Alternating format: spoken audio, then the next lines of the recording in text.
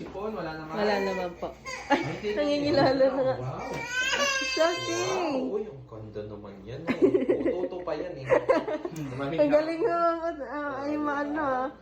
Mauto ka ha. Okay. So, check muna. Punta tayo SM ha. Ay, ganda. Basta may laruan Oh, may kita mo marunong na siya magdukot ng ganyan. Kaya hindi nyo kailangan dati mamahaling laruan. Alam mo to kahit kaldero. Hindi ko na hindi ko na nga po binibilang kasi ayaw niya ng mga laruan niya eh. Remote ang gusto niya. Ganda yung remote, no? What? Nangingilala. Oh, yun muna sa akin. O ba, naka-brief ka na, naka-diaper ka pa.